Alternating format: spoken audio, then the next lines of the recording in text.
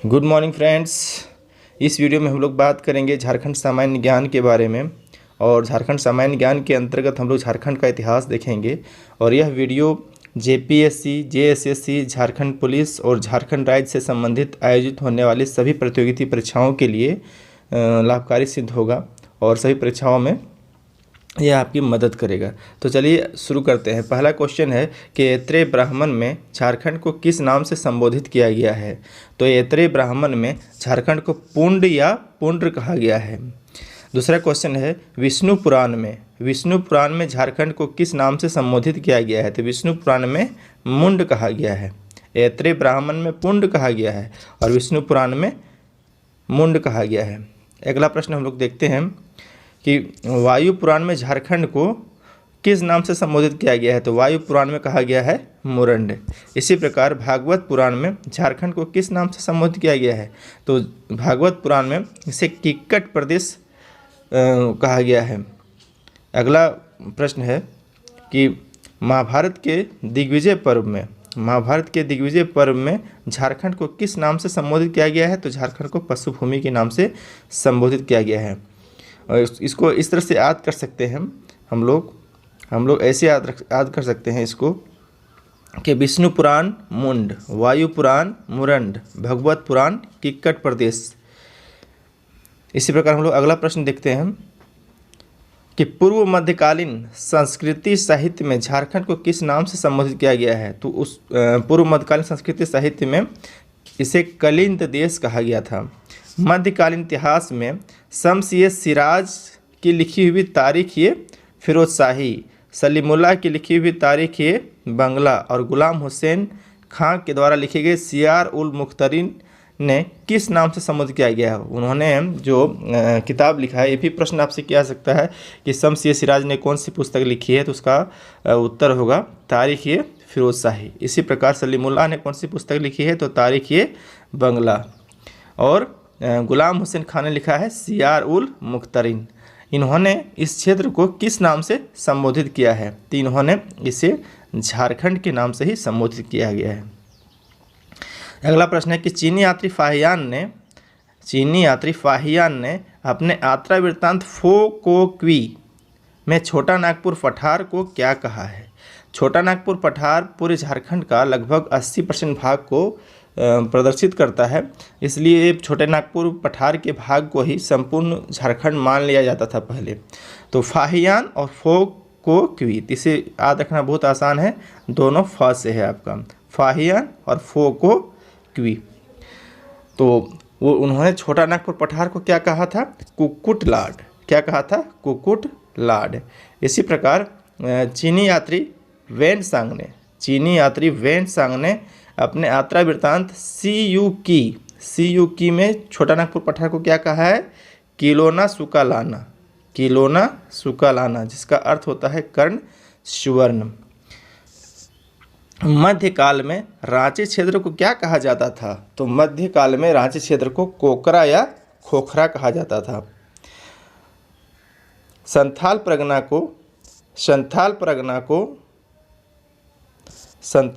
को किस नाम से जाना जाता था। नरीखंड, काकजोल या दामिन, ये कोह के नाम से जाना जाता था। अगला प्रश्न है कि वेन सांग ने राजमहल क्षेत्र के लिए किस शब्द का प्रयोग किया।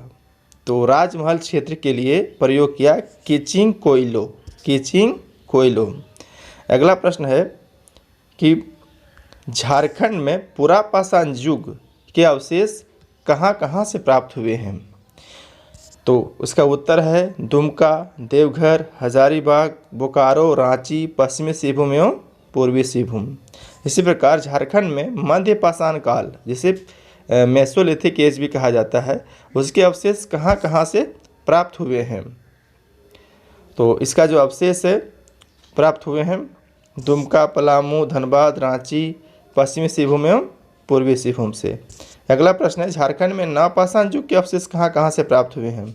तो रांची, लोहरदगा, पश्चिमी सिंहभूम एवं पूर्वी सिंहभूम। तो इसमें अगर आपको कुछ याद नहीं रहता है तो पश्चिमी सिंहभूम और पूर्वी सिंहभूम याद रख सकते हैं, क्योंकि वहाँ से तीनों युग का, पुरापाषाण काल, मध्यपाषाण काल और नवपाषाण काल, तीनों के साक्ष्य प्राप्त हुए हैं। अगला प्रश्न है 23वें तीर्थंकर पार्श्वनाथ को कहाँ निर्माण प्राप्त हुआ था? तो स्थान कहिए, तो उसका नाम था पारसनाथ पहाड़, पार्श्वनाथ या पारसनाथ।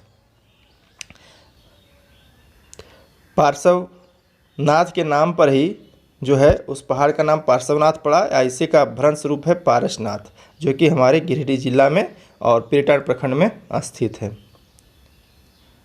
अगला प्रश्न है कि 23वें तीर्थंकर पार्श्वनाथ को कब निर्माण प्राप्त हुआ? तो 717 ईस्वी पूर्व में। अगला प्रश्न है सिंहभूम के आरंभिक निवासी जैन धर्मावलंबी थे, उन्हें क्या कहा जाता था? सिंहभूम में के जो आरंभिक निवासी थे वो जैन धर्म को मानने वाले थे, उन्हें सरक कहा जाता था। और सरक शब्द कहाँ से आया है? श्रावक शब्द का तद्भव रूप है। अगला प्रश्न हम लोग जानते हैं कि झारखंड में प्रमुख जैन स्थल कहाँ कहाँ पाए गए हैं? तो पारसनाथ, पकबीरा, तुहिसामा, देवली, पवनपुर, पलमा, अरसा, चर्रा, गोलमारा, बड़म, बलरामपुर, कर्रा, परा एवं कतरास। अगला है कि दियापुर, दालमी एवं बोधपुर से बौद्ध स्मारक मिले हैं। अब हम बौद्ध धर्म की चर्चा करेंगे। दियापुर, दालमी एवं बोधपुर से बौद्ध स्मारक मिले हैं। ये किस जिले में स्थित हैं? तो ये धनबाद जिले में स्थित है। अगला प्रश्न हम देखते हैं कि किस जिले के मूर्तियां गांव से एक बौद्धकालीन सिंह शीर्ष मिला है? बौद्धकालीन सिंह शीर्ष मिला है तो वो पलामू जिला। बोधेश्वर मंदिर कहाँ स्थित है? तो बोधपुर धनबाद में स्थित है। कहाँ स्थित है? बोधपुर धनबाद में स्थित है। किस स्थान से एक खंडित बुद्ध मूर्ति मिली है? तो घोलमारा, जो कि पुरुलिया के निकट है, वहाँ से प्राप्त हुआ है।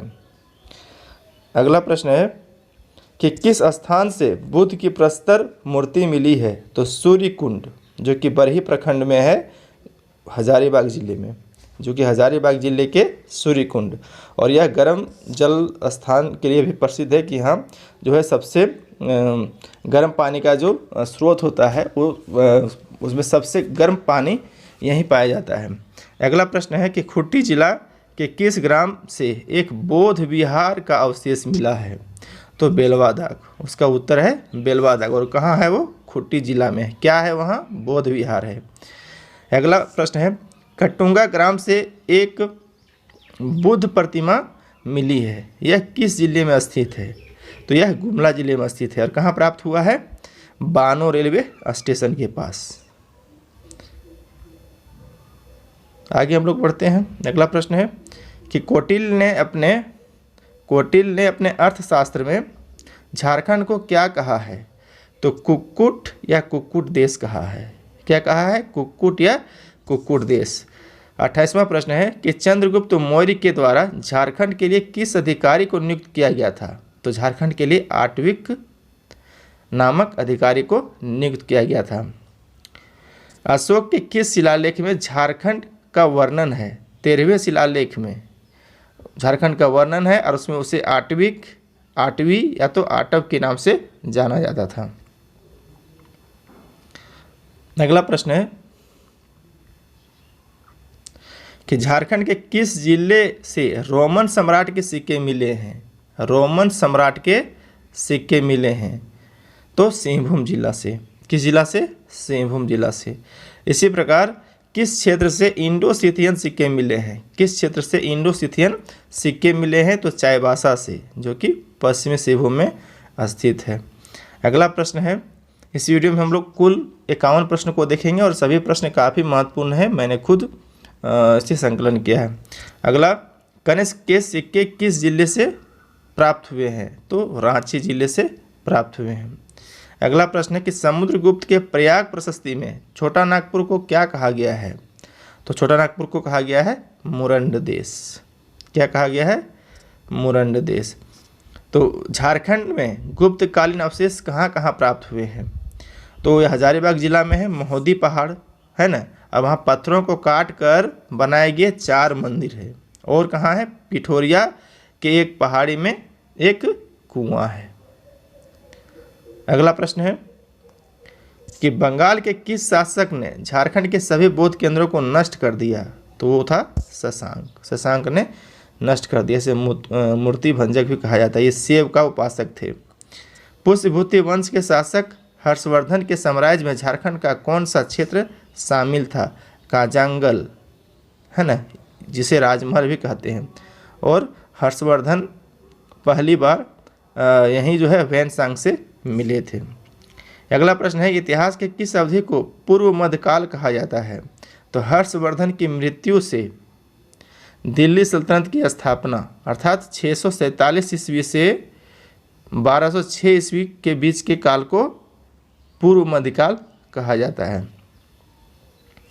38वां प्रश्न है कि हापा मुनि गांव का महामाया मंदिर का निर्माण किस शासक ने करवाया था? तो नागवंशी शासक गजघंट राय ने 908 ईस्वी में करवाया था। इससे कितना प्रश्न हो गया? किसने कराया था? तो गजघंट राय ने करवाया था।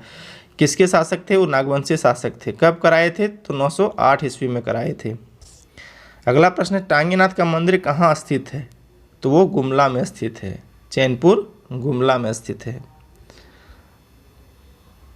अगला प्रश्न है कि इटखोरी जो कि हजारीबाग में किस शासक का शिलालेख प्राप्त हुआ है? तो प्रतिहार शासक महेंद्र पाल का प्राप्त हुआ है, जिनका शासनकाल था 885 से 910 ईस्वी। बंगाल के पाल शासकों ने बौद्ध धर्म के किस शाखा को संरक्षण प्रदान किया था? तो बौद्ध धर्म के वज्रयान शाखा को संरक्षण प्रदान किया था। 42वां प्रश्न है कि झारखंड में सबसे पहले किसने राज्य निर्माण का कार्य आरंभ किया? तो मुंडाओं ने आरंभ किया। छोटा नागपुर खास में कौन सा राजवंश था? तो नागवंश था, और ये मुंडाओं का नागवंश था। पलामू और सिंहभूम क्षेत्र में कौन सा वंश था? तो पलामू में रक्सेल वंश और सिंहभूम में सिंह वंश था। 45वां प्रश्न है, किस व्यक्ति ने झारखंड में राज्य निर्माण की प्रक्रिया शुरू की? तो ऋषा मुंडा, है ना, मुंडाओं का जो प्रमुख नेता थे ऋषा मुंडा। इन्होंने सुतिया पाहन को मुंडाओं का नेता चुना। सुतिया पाहन ने अपने राज्य का नाम क्या रखा? तो सुतिया नागखंड रखा था। क्या रखा था? सुतिया नागखंड रखा था। अगला प्रश्न है, सुतिया नागखंड कितने गढ़ों में विभक्त था? तो सुतिया नागखंड 7 गढ़ों में विभक्त था। कौन कौन? लोहागढ़, जिसे आधुनिक लोहरदगा कहते हैं, हजारीबाग, फिर है पालूनगढ़ जो आधुनिक पलामू है, फिर है मानगढ़ जिसे मानभूम या धनबाद कहते हैं, फिर है सिंहगढ़ जिसे सिंहभूम कहते हैं, फिर केसरगढ़ और सुरगुमगढ़ जिसे सुरगुज्जा कहते हैं। 48वां प्रश्न है कि इन 7 गढ़ों को कितने परगनों में विभक्त किया गया था? तो 21 परगनों में विभक्त किया गया था। इनके नाम महत्वपूर्ण नहीं है इसलिए मैंने नहीं लिखा। मुंडाओं के अंतिम राजा कौन थे? मदरा मुंडा। मुंडाओं के शासनकाल के बाद किस वंश ने झारखंड में अपनी सत्ता स्थापित की? तो नागवंश ने। मुंडा के शासन के बाद नागवंश ने स्थापित किया, और ये जो है मदरा मुंडा का उनमें प्रमुख सहयोग था। आज की सीरीज का अंतिम प्रश्न है, छोटा नागपुर खास के नागवंश की स्थापना किसने की थी? तो फनी मुकुट राय ने की थी। मुझे आशा है यह वीडियो आप सभी को अच्छा लगा होगा, और आप सब इस वीडियो को लाइक करें और अपने फ्रेंड्स के साथ शेयर करें, और मेरे चैनल में नए हैं तो सब्सक्राइब करें। इसे अधिक से अधिक स्टूडेंट तक पहुंचाएं ताकि आपका शेयर और लाइक ही हमारा मोटिवेशन है। तो आप सभी जल्द से जल्द सफलता हासिल करें, इसी मनोकामना के साथ आज का वीडियो को विराम देते हैं। धन्यवाद।